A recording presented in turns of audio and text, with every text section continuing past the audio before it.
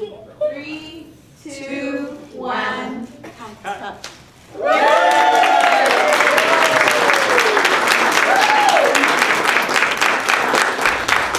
I thought we should take advantage of such a guest on this evening because it reminds us that in our community we're only carekeepers.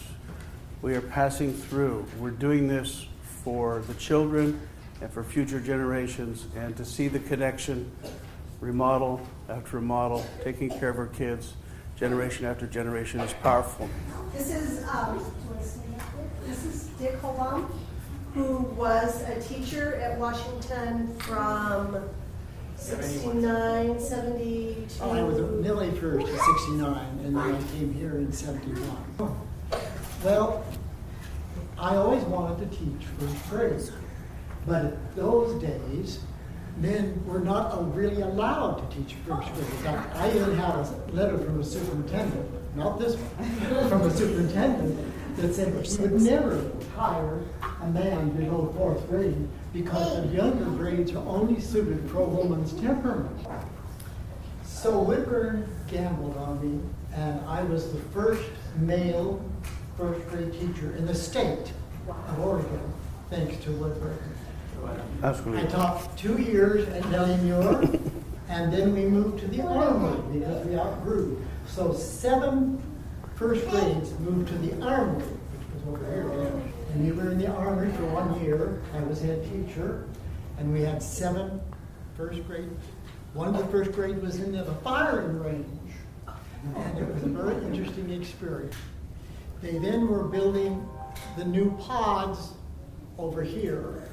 They're torn down now. And so we moved here to Washington School. And I taught here for 20 years. The legislature voted kindergartens. And I asked Mr. Llewellyn, the principal, if I could have kindergarten. And so I became the first male kindergarten teacher in the state of Oregon. And taught in the old building, what I would consider the old building. And I retired in 1991 from Washington School. Thank you all. Gracias a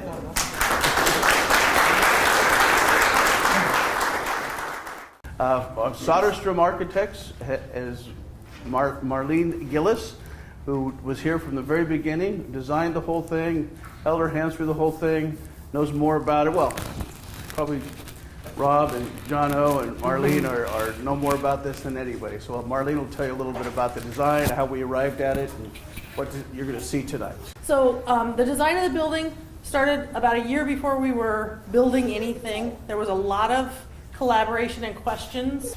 We had a school that was very full that needed a lot more space everywhere. So the core spaces, the gym, the library, and the cafeteria. And then we also needed a lot more classrooms for the growing school. So the approach we took was to take the existing school and use as much of that as we could for the new space. So we were able to tear down part of the school and build a new gymnasium with the goal of having the entire school actually fit in the new gym. That was very important. And then with the classroom addition that's off to this side of the building, we were able to free up some other classroom spaces as well. So the old library space was converted to additional classrooms, and then obviously this is what used to be the cafeteria. And then we were able to move the new cafeteria and get a new commercial kitchen into the old gym. So the approach was building one big new space allowed us to kind of upsize all of the core spaces and then allow enough room for the new classrooms too. And then as part of that, trying to provide the upgrades for the existing building, we also had a seismic retrofit of the original oldest part of the building, which was very important. So the 100-year-old version of the building is extremely safe. And every design decision from the beginning all the way through, there was a lot of input from the community who we met with, from the teachers that we met with, and from the administration. Yep. So the end result is we were able to do a lot in an existing school that was very challenging. I think Rob can definitely attest to the surprises that we found during construction.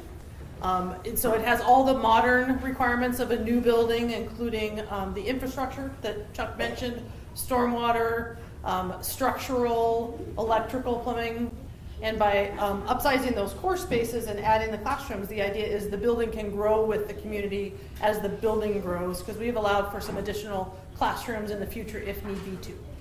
Another very important feature on the site outside of the building is a fire loop and additional parking. There was a lot of concerns about cars in the morning and the afternoon pickup and drop off, as well as access for the fire department during emergencies. So those have all been addressed. And then the final most important piece outside, there was a new covered play structure too, because it's Oregon and it rains. And we need the kids outside when it rains, so we were able to replace the old one. So all of the district teams, the community, everybody put a tremendous amount of work and effort into getting this building built. I think there was a lot of support from the community to take advantage of the bond and making sure we get the best result out of it.